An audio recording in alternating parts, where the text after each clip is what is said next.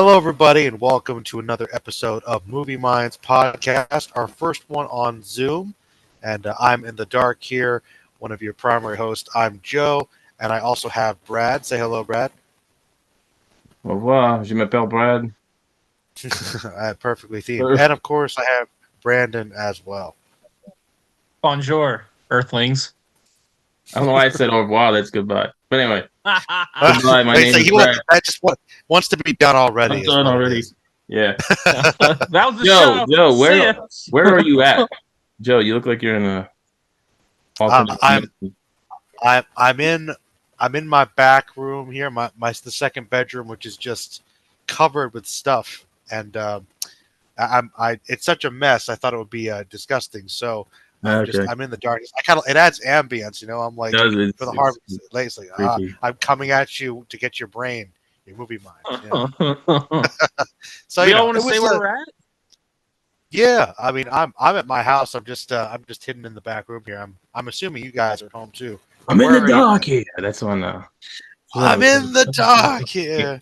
Yeah, I'm also in my house. This is my library. In fact, my books, which I had a shelf collapse recently, so half my books are on the ground. Where are you at, Brandon? Look like you're in your bedroom. Yeah, I am in beautiful Middletown, Pennsylvania, wrapped up in 6 blankets because my wife gets really cold. So we can't take the blankets off. God forbid. We can't take it off. We're going to freeze. So I'm under 6 blankets in my bedroom, and I'm on my new laptop, and just really, really excited to do this. We didn't have to go out in this rain, and I got my sweet tea, and I got my new Dave Grohl book, and yeah, life is good. Life is good. Very good. It sounds pretty good. So let's start talking about Napoleon then. In no particular order. You guys want to you just want to go around and share, or how do you want to do this? Just go ahead and go for it. Yeah, we actually were invited by Miss Teddy to go with the French Club to see Napoleon, which is the newest film from director Ridley Scott, director of some of my favorite films, starring Joaquin Phoenix as the titular Napoleon Bonaparte, and it was kind of a character study, biopic, as you might expect, kind of covering different aspects of Napoleon's campaign, some of his battles, but kind of surprisingly, and I don't know how you guys felt about this, it's also really about his relationship sort of with his wife, Josephine, and how that motivated him and how that was connected to just his rise, although maybe not so much depending on how it was done. But yeah, pretty much just a historical biopic, trying to have some really epic sweeping shots. That's sort of what the movie was about. We saw it with not too many students, actually, which maybe was fortunate because we were surprised by a couple things. I was surprised by the fact that it was mostly about, or at least half about. I like what you said, Brad, after we came out of it, that it's kind of 2 movies. Yeah, that kind of really stuck with me. It really is. It does feel like 2 completely different movies that are kind of very thinly sewn together. They're glued together. I think, yeah, glued together. And I think that they're both potentially really interesting, but as is common with a lot of films that don't really have a singular focus on one big idea, I feel like neither idea is really explored as well as it could be. It feels a little hollow in some ways, which maybe gives away some what I think about it. But I was also really surprised by I knew it was probably going to have some violence because it's a war film, but it had some really graphic violence, and it was also pretty adult oriented in other ways. There was some I don't know if they weren't exactly the most graphic sex scenes, but they were very blunt, and they kind of came like out of nowhere, and it felt like a lot of things in the movie were kind of just done to shock you, and it was almost like somebody at the studio kind of threw it in there to make it more exciting. But yeah, I'll go more into what I think about the film specifically, but I want to hear your guys' initial thoughts. So, Brandon, what do you think? Yeah. So I agree with. I couldn't have said that better myself coming out of the theater. And when Brad said about the 2 movie thing, I was like, we all kind of just agreed. We were like, oh yeah, like my My wife, all of our wives were there. Miss Tenney, her husband. It was a great time, and we all kind of like as soon as he said it, we were all just like, "Oh yeah, that was perfect." Like it was the perfect summary. You had, of course, his military rise to being emperor, downfall. Came back, accepted, downfall again, and then you also had the family life going on, right? Um, as far as the movie itself, I thought the sound quality was awesome. I um I thought it was kind of cool how they had both of those things going on. Although I thought I liked the if it was two movies, I definitely was more interested in the wartime stuff because that's as a former service member and somebody who loves military history, that was just my personal interest. So if you are going to watch this movie, just understand that if you're going to it for the pure military French aspect of it, that is like half the movie, right? And then kind of like you said, Joe, the other half is Napoleon's personal life. So it's whatever you care about more, I guess. Um, for me, though, I always take those historic movies with a grain of salt. And I forget who I was talking to or where I heard this, but and you guys know I'm a bibliophile, right? I love reading, and I really love reading history books, right? And I should have just listened to my inner like voice. Like a couple years ago, I saw that big Napoleon biography that was really popular, still is popular. And I was like, oh yeah, I'm gonna read that. And then one of our teacher friends who doesn't work at the school anymore, he had the book and I was like, "Oh, can I borrow this?" And he's like, "Yeah, take it anytime." And I never took him up on that. So then I go see this movie and know next to nothing about French Revolution or Napoleon. So I didn't really do my research. I know a lot about American history, not so much French, but I think I know enough to hang with the big dogs. But what I'm getting here is I wish I knew more about French history going into that film. I think it really would have helped me. But so I can't really give a good like if it was accurate or not. I'm assuming it was. But getting back to my original point, somebody at one point said to me, or I heard somewhere where you can't look at these people from 100, 200, 300, 400, so on and so forth years ago and compare them to people of today, right? It's a different time period. People acted differently, people thought differently, right? So if anyone's going to make reviews on it like, "Oh, wow, Napoleon, he was a jerk," or "Oh, why did he do something like this?" It's not 2023, right? It's late 18th, early 19th century, right? So it's not going to be the same as today. Um, so I wish I had more to go off of from the biblical, or I'm sorry, not biblical, historic piece. But overall, I thought it was an average film. We'll get into the ratings later. It's not like I walked out of there like, oh my gosh, that was like the greatest thing ever. But it was good. I think it was good for the kids to see the historic stuff. And yeah, my wife and I had a good time watching it. Although, yeah, you're right. I could have done without a lot of the explicit stuff. Just give me the historic French stuff, and I'm good to go. Mm-hmm. Yeah. Brad? Yeah, I Brad? think it would. You said it would help if you would have read some of the French history before going into the movie. I think it might have helped if Ridley Scott would have read some French history before going into the movie. Oh. That's a joke. But anyway, that's a joke about the shooting at the pyramids. But I did write some notes down. So we did talk about how I thought it was like two different movies. Oh, by the way, I got my French. I was in Oh, France in nice. 1998 for the World Cup. So Wait, you were there? yeah, I was in France for a Oh, week cool. in '98. Really, for me, I'll just go through some of this, and if you guys want to cut me off, because I did take some notes down. I was thinking about it when we left the theater. If I was gonna write something up about this, I think I would title it "A Failed Epic." I think it seemed like Joe, you referenced this, like Napoleon's Napoleon. So I'll get to that, but it's like it was trying to be both a romance and a historical epic, and it became neither, failed at both. I think. I think Yep. you gotta pick a lane, and it was like it was too much.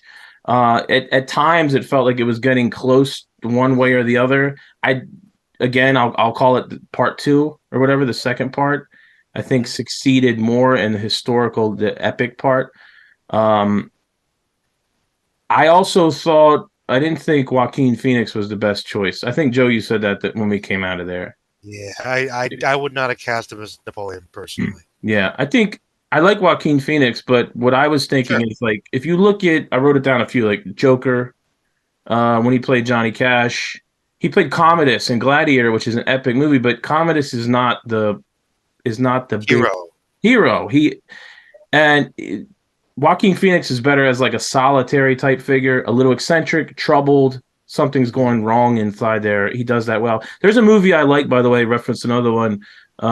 It's called Don't Worry, He Won't Get Far on Foot, Oh. from 2018. He plays a cartoonist named John Callahan, based on a true story.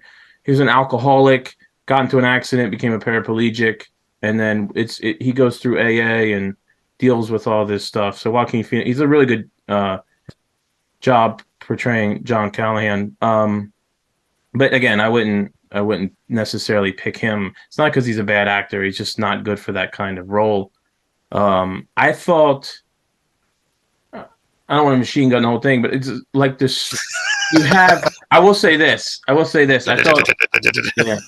I thought the cinematography was great. I think it looked awesome. It had Mhm. big. I wrote down some adjectives. I think. Let me look in here. Oh, I'll love these. Okay, give Yeah, me some good adjectives. a couple of things. Like I thought it was breathtakingly good at points. Breathtakingly good, especially Ooh. some of the battles when they're. If you're watching this, either spoiler alerts, whatever. When they're cannoning the British fleet, the Battle of Austerlitz, the burning of Moscow, the Battle of Waterloo, like you had these big things. It's sweeping, it's grand, it's bird's eye view. You're almost like a god, like looking down on these things, like moving these pieces around, and then you that really fits like the character of Napoleon. So I thought the cinematography was good. For me, the cinematography saved a lot of it, like the cinematography and the feel of it. But I thought the script, like the dialogue, was disconnected, incongruous. I wrote down like it was just not, Ooh. it didn't fit. Like you said, I like what you said about some of the explicit scenes. Like it was very like all of a sudden they're there. It almost Uh-huh. gives you anxiety. It's almost like anxious. Anxious. You know what I mean? Like I'm like, oh, Yeah. what is this? Like I'm invading someone's personal space. Like this is, and then some of it I laughed, but I don't think you're supposed to be laughing at. Some of it was funny. Yeah. Um, some of it was funny. I laughed at some of the lines that Napoleon, or Joaquin Phoenix used in there as Napoleon. But I don't want to hog all the time. And then we'll get to some of this other ones if we want to go around. But when you're dealing to me, you're dealing with a figure like Napoleon Bonaparte, who is whether you think he was a hero or a villain, he's this great figure.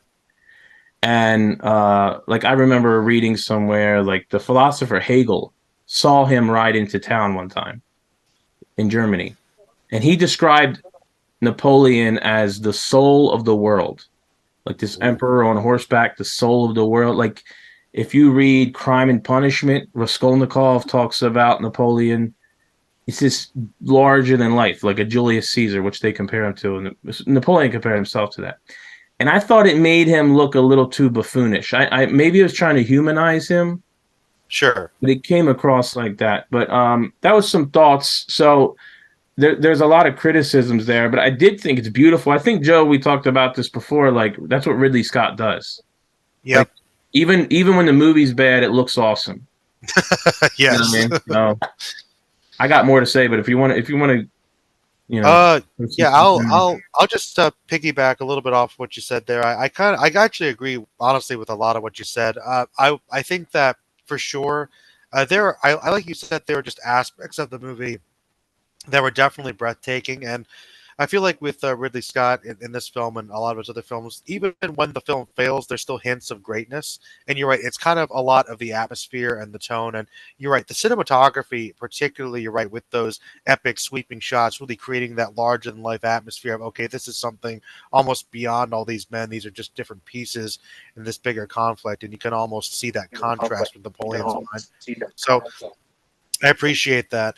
And really, also, I want to mention as well, in addition to the cinematography, just the costume design of this movie, Oh, I thought was amazing, yes. just to really make you feel like you're there. And I think it's kind of funny. You mentioned too. I consider myself to be something of a history buff, but like Brandon said, I know quite a bit about American history, and I know quite a bit about different aspects of world history. But for some reason, I guess with Europe, like between the Renaissance and the World Wars, I don't know a whole lot. So for some reason, I don't know a lot about Napoleon. So I can't judge it too much on its historical accuracy. But as a film, I think there were a lot of powerful moments. I think the performances, acting wise, were still pretty good. But yeah, I think the script feels kind of undercooked in areas. And yeah, the theme, I kind of liked what they were trying to do, saying that he really cared a Hmm. great deal for his wife, but somehow their relationship. I actually was speaking to this with the French teacher briefly because she pointed this out as well. We spend a lot of time with this man, and we spend quite a lot of time with his wife, and there's supposed to be these big aspects of the film, understanding the relationship.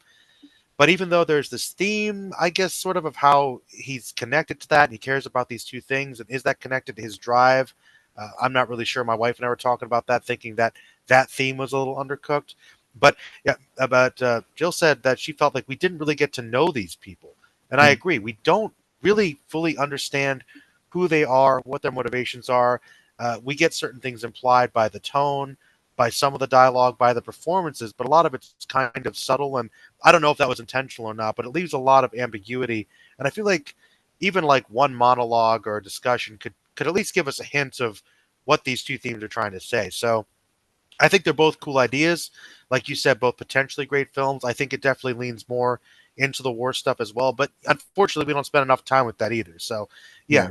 great look, great feel. But the core of it, the story, the script, the characters, really, it's just not quite fully there. So I pretty much agree with you there. That's mostly what I have to say about it. I think so far. Yeah. You know who would have made a great Napoleon instead of Who? Joaquin Phoenix? Danny DeVito. That's Going who for the should have been short Napoleon. casted. Hey, Danny I, DeVito. it's Waterloo. You can't have him go there. That would have been awesome, actually. I He think it would have was been a very standing different up, movie. crying. Very different movie. Oh Oh my man, gosh. yeah, sure. Hey, you know what? DeVito can do dramatic. He can do dramatic. Yeah. No. Yeah. So He could. Yeah. he can do. So he actually You legit see that him could have coming out. worked. Oh, Honestly, Brandon, I think DeVito is probably a little too old now. Whether they went comedic or serious, I think. But at one point, maybe like yeah, 20, 30 years ago, absolutely, absolutely. Yeah. Yeah. Yeah. Yeah, I'm down for totally. that. So do we want to? Sorry, go ahead, Joe. Oh no, that was it. Go ahead. Did we want to go ahead and give minds on Napoleon, or wait till the end? Do you have anything else to say? I guess is the question. Yeah. But you have Um, anything else to? well, Because as I you think guys we're good. started talking, some more things kind of came to mind, but I liked what you said about the visuals. Hmm. That really my favorite one was when they were going into Russia. That was Ooh. awesome. The scenery, and I think you really like you could kind of see for me it's kind of obvious that they're weak now, but Hmm. what is crazy about Napoleon is never, and one thing you have to give him credit on, he loved his country, and never once did he ever think that France was weak, even when they were the weakest at Waterloo. Like never once did that cross his mind. Like Ooh. that's to me that's a true like leader. Like we're never out, you know. There was a actually, like I said, there are a couple great scenes, and I do agree with you guys that I don't think he was the best casting choice, but I kind of like the idea of he was almost quiet and stoic, and he was a great leader without being pompous. I feel like when you think of Napoleon, I've always thought of him as being somebody with a lot of pride and really kind of struts his stuff. I kind of like the fact that he was a bit more reserved, which seems maybe likely of gentlemen of the time, I suppose, nobles of the time. So I'm Mhm. kind of okay with that. One scene I really liked was towards the end of the film when he's actually marching back on Paris and he confronts his regiment and Yeah. he's like, I miss you, I love you. And that scene, honestly, more than any other in the movie, conveyed, I think, how much he loved his troops and how much they loved him and how loyal they were to him, even after he was kicked out and even after all their losses. And I'm not sure if this is 100% accurate. I'm guessing it might be a little bit because he did manage to take over again briefly. But I that says a lot, I think, of that scene. That worked well. And I did like the little scenes. Reminded me a little bit of, I think it was Washington who kind of tried to give some food to troops in Valley Forge when they were freezing. So it's like he was. It does show, I guess, in that sense, how complex he was. And I do like the fact, like Brad said, they do things to try to humanize him. Where he's got this ambition, he's stubborn, he's marching into Russia. His all these men are dying, but he still does care about them in a way. So it's like it's not perfect. Um, Oh, yeah, that does remind me. That is another big thing that I thought was an issue with the movie. How did you guys feel about the final text they used? Like what you mentioned, Brandon, like they said, oh, the last words he said were, France, Army, Josephine. And then they also had the text of all the people that died due to his conflicts. Because I think, as you guys mentioned, he's a sort of a controversial figure. Historically, he did some great things, he did some not so great things, but that actually kind of tied back to one of my big issues we've talked about with the movie that's very frustrating is none of those themes being fully cooked. And it feels like those things at the end are super tacked on. Like you present this guy, okay, like he's honestly kind of a noble figure in some way. Mhm. He's not portrayed, I think, at least in the leadership sense, he's not portrayed too badly. Buffoonish, but not like a bad guy as far as I can tell. Not too many major negative attributes as a leader. But then they have that all so many people died because of him. It's like your final thoughts are, okay, yeah, he cared about these things, but a lot of people died. Is that interesting, trying to make you think, or is that just kind of, Yeah. I don't know, lazy I know what attacked you on? mean. Yeah. I, It I it found that I felt contradictory. Yeah, it does seem now that you mention it, it does seem tacked on. It was didn't it? like in the movie Napoleon had just died, and then we're left this with nice romantic thing. He says, And he falls like that. That was a good shot where he's and like, oh, by the way, he's responsible for all the that last shot was good. I like that. that was beautiful. And by the way, he sucked. Yeah, and by the way, here's all these. I mean, let's see the casualty numbers from the other side. I mean, that's the nature Yeah, of warfare then. Like, yeah, yeah. the march into Russia was not prudent. Like Hitler found that out later. Like you don't invade Russia, especially in the winter. It's too big. It's Mhm. it's huge, freaking Well, huge. You get lost in and there. also, yeah, as we talk about, I keep getting more frustrated. Amanda and I brought this up too. The themes being kind of conflicted. Like you have that stuff tacked on, almost like it's some kind of anti-war statement. Which sure, okay, war is not great, should be avoided. But you also have a movie that, as films often do, is glorifying war, and you've got the horrible violence with the horse getting blown The up its horse, chest. yeah, Like that poor so, horse. it's like oh man, war is bad. Napoleon was terrible, but at the same time, oh man, isn't this awesome? So there's a lot of like, I wonder if it's like studio interference or I just like this stuff Yeah, just seems, yeah.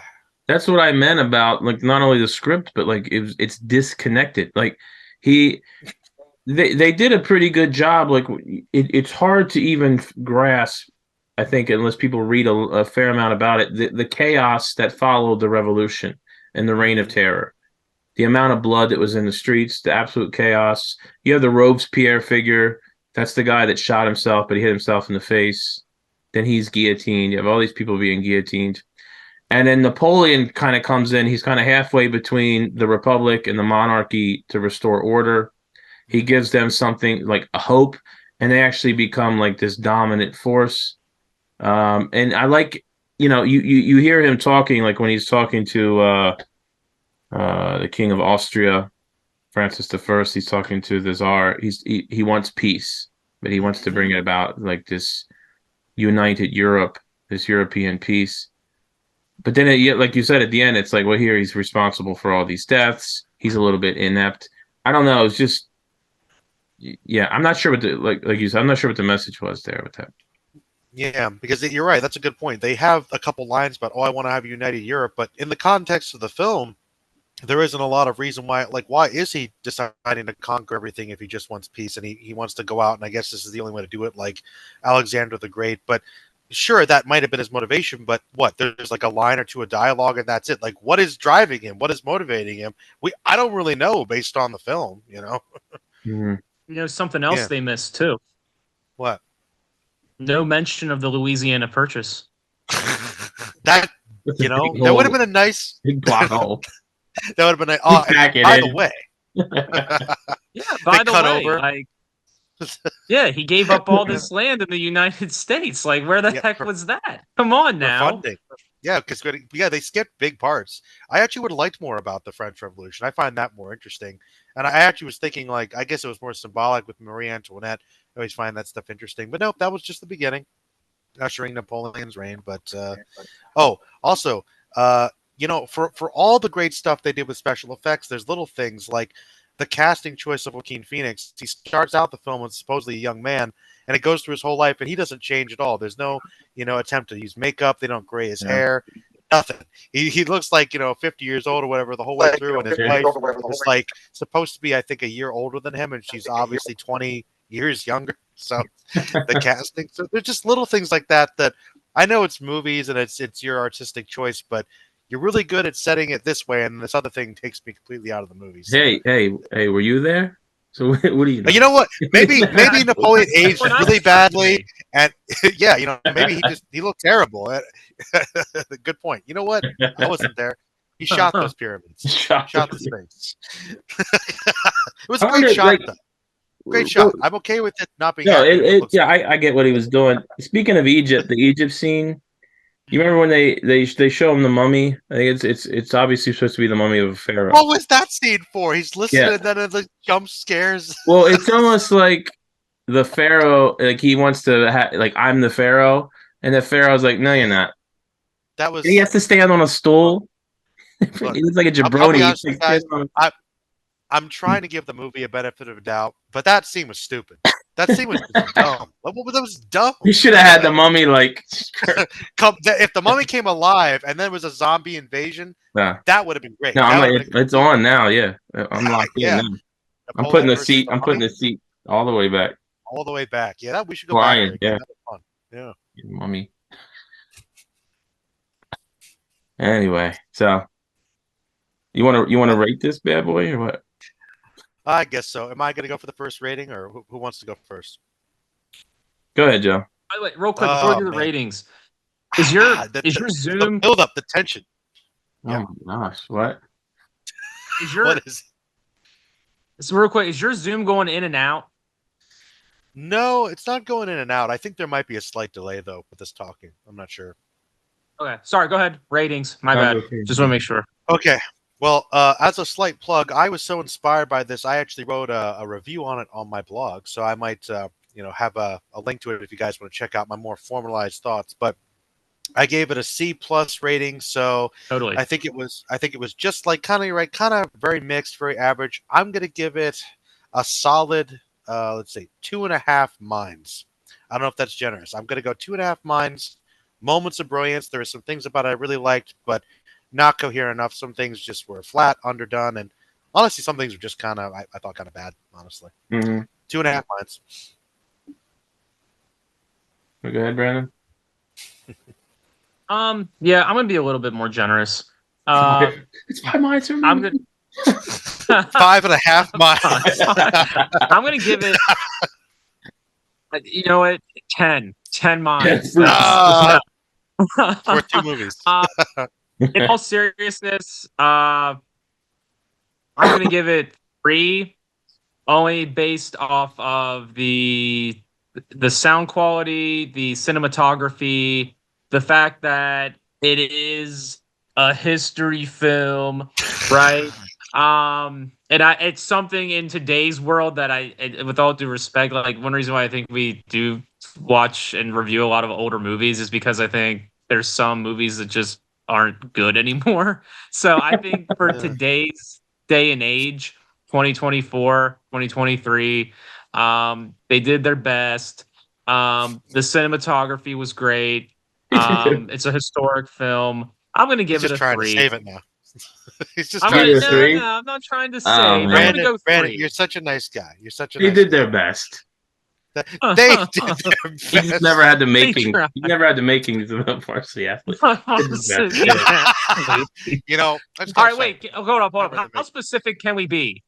Are we doing halves or No, we whole we're not numbers doing here? we're not doing decimal slivers with the magnifying glass on the brain cell. No, no, it's a All full right, brain. 3, 3, Okay. 3, and part of the reason is just to keep things interesting. I'm gonna give it a 3.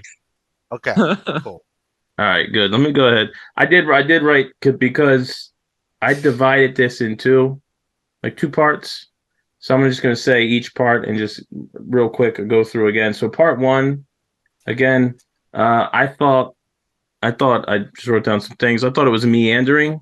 I thought it was comic when it shouldn't have been. I thought it was boring at times, frankly. It was a little boring at times. I thought it was Oh. stupidly graphic, and I thought it was obtuse. I didn't like it at all. I gave part 1 a 2, and the only reason it's not a 1 is because of the cinematography. Cinematography and some of the real moments. I mean, some of the moments came through. Part 2, I thought was better developed. It was more Napoleon centric, which I think helped it because they didn't know what they wanted to do with Josephine. So God rest her soul, she died, and then he could be Napoleon, or the movie could focus on him. I thought it had a pretty good pace, and it was interesting. Like the stuff where, like you talk, he's marching on Paris, meeting with the soldiers, more interesting. I actually gave the second part closer to a 4. So overall, I'm going to give it I'll give it a 3. Man. There you go, 3 minds. All right. All right. So overall, we thought it was okay. Overall, it was a They did their best. 2.764. You know, I was thinking about this. I was thinking about Ridley Scott, and I was thinking about this budget in this massive movie, and I'm like, I guess I was thinking about the Lord of the Rings or Tolkien or something, and I was like, this is like if somebody gave you the Ring of Power, the One Ring, and then you used it to build a casino. Like you're not. What are you doing? That's That's awesome. I good. love that analogy. I like that. No, unfortunately, if we do this longer, we'll probably see there's plenty of times we'll feel that way. Yeah, man. Ridley Scott, he's made some of my favorite movies, and I remember, as you mentioned, I think he is much more about the cinematography based on his earlier career and an interview I saw of him once. He even admitted that. So yeah, I think he's more interested in the framing of the shots more so than maybe the script and character stuff. That's been my impression. So it's like it's kind of like luck of the draw with other factors. But I do think he's a good director in some ways. But yeah, this movie, it was a mixed bag for me, guys. I honestly, I don't know if I loved it, but I really liked some parts of it. The Yeah, touching greatness. I just wish the whole movie had been like that, and just too much of it was not. It's too yeah. undercooked. I think that makes it worse. That you see you see it poke through at times. You know what he can do. You know what it's capable of, and then it doesn't. That's worse. Like you know, Yeah, if I'm potentially. watching something that's down here, I understand what I'm watching. Then I know what I'm dealing with. But this is like, oh, this is all. Well, there's the horse gets his freaking head blown off. Like, and then I mean, yeah, the horse man. I don't know. I, could someone maybe? Do either of you guys understand what that was supposed to symbolize?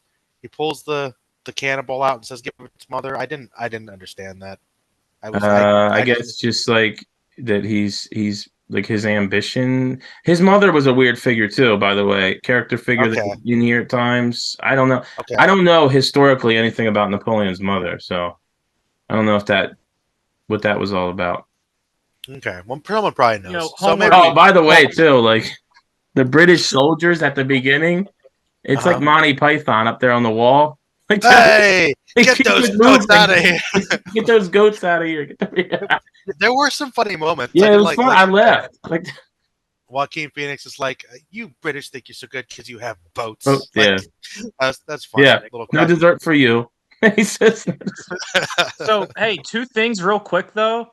One, I actually like the British in this movie. I like them a lot. Oh, Duke Wellington was one of the best "Oh yeah, it parts. was a good. That was really good." Yeah. The British were great. And I thought they did a really good job with them. Like how they would talk, like historically how they talked and how their behavior. I thought they nailed that. Ooh, and Um I love the square too when they formed that square. Oh, that was cool. That I love Yeah. that tactic when they started that. I love that. Mm-hmm. and then the second thing, so our homework, all right, and this is the book that I was referring to. It's like I think 800 pages, but we could do it in a week. And for any students listening, your homework, you got to read Napoleon: A Life by Andrew Roberts. That's the book. Yeah. All right. Good luck You getting got to that read that book and then do part two. You know, Book Brandon, minds. Book minds. Brandon, that's the spinoff. Nice. Brandon, I just gotta say, Brandon, look, you Zoom cut out for me for a second, oddly enough, and for a second, I thought you were gonna say this book. It's only $800, but I was like, oh, $1 a page. must be one of the best ever written. Dang. It's like 800 pages. You can afford it. You got a teacher's salary. Well, yeah, well, maybe. Break it up a little. 800 pages. Gold not lines a- like inscribed. Car. Literary minds. Well, you want to do music minds? Have you told? It's have you actually- told Brett about this? All the potential like spinoffs. Too Different much. minds. Too ambition. Different Oh. minds. Think Well, alike. one of my friends called me, and when I told him about this little event we're doing, he one of my best friends, so he's like, "Oh, that's cool," and he's like, knowing you, I thought you would do music minds. He's like, I was like, "Oh yeah, that'd be good," and then he's like, "Yeah," so. I don't know. We could do some spin-offs, but hey, real quick, I saw the time. Are we doing Project Mayhem?